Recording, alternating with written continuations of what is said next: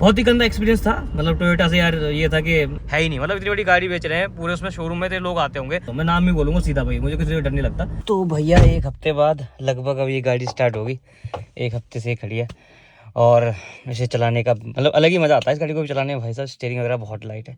चलो स्टार्ट करते हैं। अब यहाँ कौन सा इसको कोल्ड स्टार्ट करना है, स्पीति में क्या होता था गाड़ियाँ -20 वगैरह में ना स्टार्ट होने में दिक्कत करती थी, यहाँ तो टेम्परेचर ही 22 डिग्री है। चलो स्टार्ट करते हैं और फिर चलते हैं यहाँ से। मंडप नहीं ग्रैंड विशाला, उसमें हमारे सब्सक्राइबर है उन्हीं का है वो। The next day. आज भाई इसको लेके आए क्योंकि आज की सर्विस करानी है, पर उससे पहले पार्क में रनिंग करना भी ज़रूरी है। मतलब ये दोनों रनिंग करेंगे, मैं तो वॉक करूँगा आज। तो भाई अभी बॉयज़ को छोड़ दिया घर और अभी चलते हैं इसे लेके सर्विस पे। लगभग 9:30 बज रहे हैं, तो सही इसी टाइम पे शोरूम खुलता है, तो सबसे पहले हम पहुंच जाएंगे तो जल्दी काम हो जाएगा। सुबह से भी इसमें जो है फास्ट सर्विस करवाएंगे क्योंकि बाकी कुछ ऐसा कुछ है नहीं। बस एक पीछे जो इसके ना 2 टाइप सी पोर्ट है, उसमें से एक टाइप सी पोर्ट जो है वो काफ़ी टाइम से काम नहीं कर रहा था, तो वो चीज़ चेक करा लेंगे।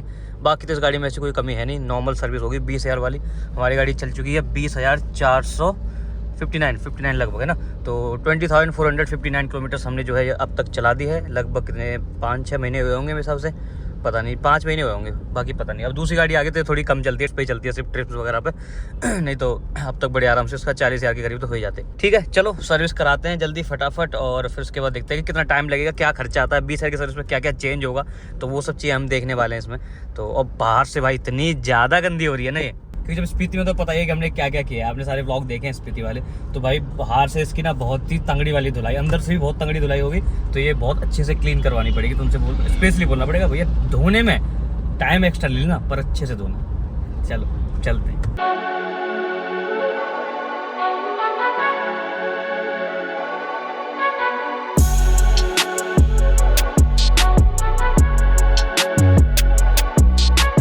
वही सर्विस तो हो गई, लगभग 1 घंटा लग गया सर्विस में। थोड़ा बहुत गाड़ियाँ हैं, पता नहीं आज क्या है, आज कुछ ज़्यादा। वो भी कहते हैं कि छुट्टी है क्या आज, पता नहीं बहुत गाड़ियाँ हैं, पर हमारी जो है फिर भी जल्दी हो गई क्योंकि मतलब 1 घंटे में तो वैसे ओवरऑल सर्विस होनी चाहिए, पर ठीक है।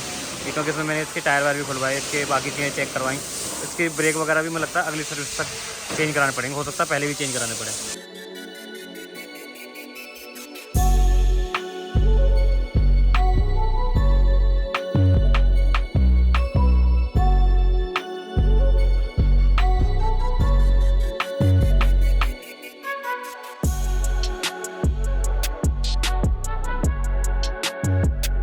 इधर वाला ना वो नहीं काम कर रहा, बस उधर वाला तो काम कर रहा है। तो भैया आज जो है लगभग 12:45 हो रहे हैं, अब मैं निकला हूँ सर्विस करवा के।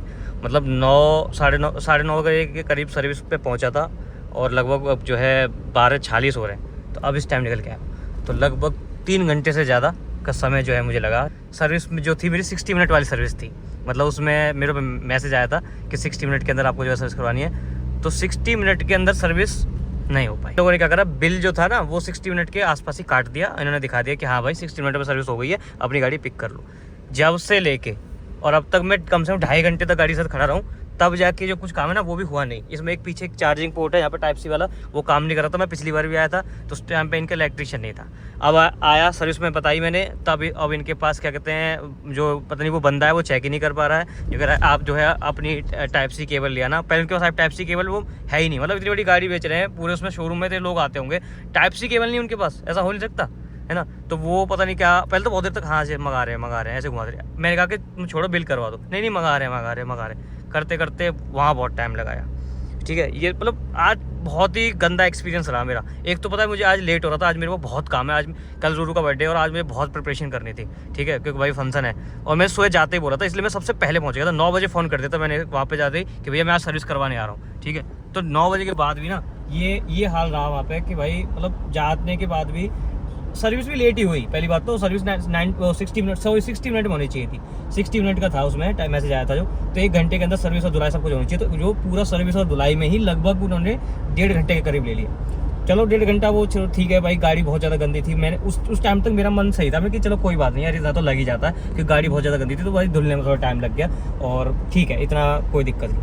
अब उसके बाद जब उन्होंने सर्विस करी तो उसमें एक जो है ना ब्रेक पैड खोले थे ना, तो ब्रेक पैड में क्या था, एक क्लिप होती है पीछे जो ब्रेक पैड के पीछे लगती है, वो उन्होंने लगाई नहीं, वो साइड में गाड़ी में रखी हुई थी। मैं आज वॉशिंग के टाइम पे कि ये क्या रखा हुआ है, मैंने उसको दिखाया मैकेनिक को, ये कह रहा है अरे भैया सॉरी मैं लगाना भूल गया इसको।